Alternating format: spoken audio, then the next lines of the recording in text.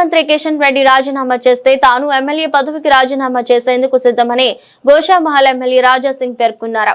ఇద్దరం కలిసి ఎన్నికలకు వెళ్దామని కిషన్ రెడ్డికి సవాల్ విసిరారు. హైదరాబాద్ లోని తన కార్యాలయంలో రాజా సింగ్ మీడియాతో మాట్లాడుతూ కొత్త రాష్ట్ర కమిటీలో 10 నుంచి 12 మంది వరకు సికింద్రాబాద్ పార్లమెంట్ కు చెందిన వారే ఉన్నారని ఆవేదన వ్యక్తం చేశారు.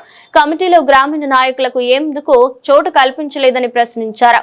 ఈ కమిటీతో తెలంగాణలో బీజేపీ అధికారంలోకి వస్తే తాను రాజకీయ సన్యాసం తీసుకుంటానని సవాల్ విసిరారు. రామచంద్రరావు రబ్బర్ స్టాంప్లా మారని విమర్శించారు. కొత్త కమిటీలో జనరల్ సెక్రటరీగా నియమితులైన అశోక్ తనపై ఇష్టారీతను మాట్లాడారని, గతంలో ఆయన బీబీ నగర్ ఎయిమ్స్ లో ఉద్యోగాలు ఇప్పిస్తామని డబ్బులు దుండుకున్నారని ఆరోపించారు.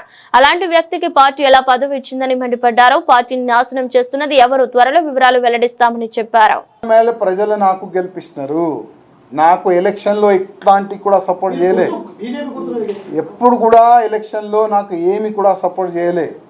మూడోసారి కూడా గోషామహల్ ప్రజలు నాకు గెలిపిస్తున్నారు. రాజీనామా ఇచ్చే అసలు అది ఆ ఛాన్స్ కూడా రాదు. నేను ఈయన కూడా ఏం చేస్తారో చేసుకోండి. గతంలో కూడా చెప్పినా ఇప్పుడు కూడా చెప్తున్నా. మీరు ఒక్కసారి ఎంక్వైరీ చేసుకోండి.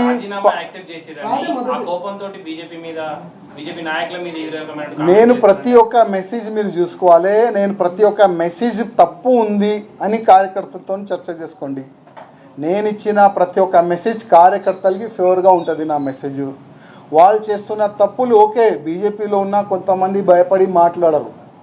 వాళ్ళకి పదవి భయం ఉంటుంది, పోస్ట్ భయం ఉంటుంది, ఏదో ఒక ప్రాబ్లం వాళ్ళకి ఉంటుంది. అందుకోసం వాళ్ళు మాట్లాడతలేదు. కానీ నాకేం ఆశ లేదు. గతంలో కూడా లేకుండే, ఇవాళ కూడా లేదు.